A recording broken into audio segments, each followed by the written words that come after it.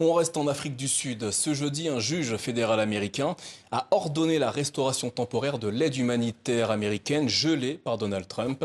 Il s'agit peut-être d'une bouffée d'oxygène pour le pays qui est un des principaux bénéficiaires de l'aide américaine et qui compte le plus grand nombre de personnes séropositives au monde. Reportage Joséphine Klockner. Sur ces images, un programme de sensibilisation au VIH et de lutte contre les violences faites aux femmes. Des activités aujourd'hui à l'arrêt en raison du gel de l'aide humanitaire américaine qui représentait pour cette ONG et ses partenaires 3 millions d'euros pour 3 mois.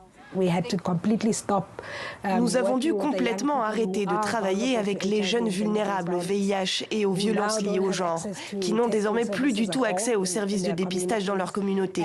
Et ceux qui vivent déjà avec le VIH et suivent un traitement ont maintenant des difficultés à accéder à des établissements de santé ouverts pour obtenir leur traitement.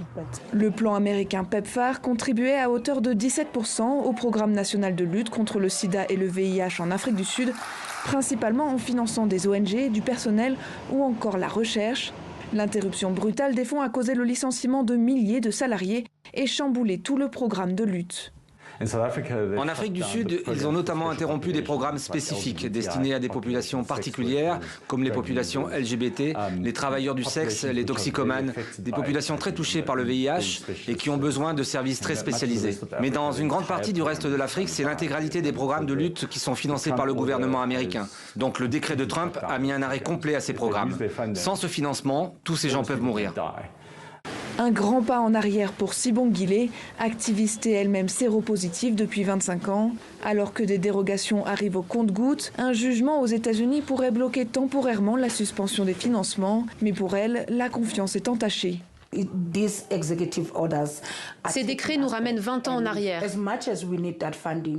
Alors autant nous souhaitons et avons besoin de ce financement en tant que communauté, autant ce que nous conseillons à nos gouvernements de faire maintenant, c'est plutôt de chercher d'autres voies de financement de nos systèmes de santé.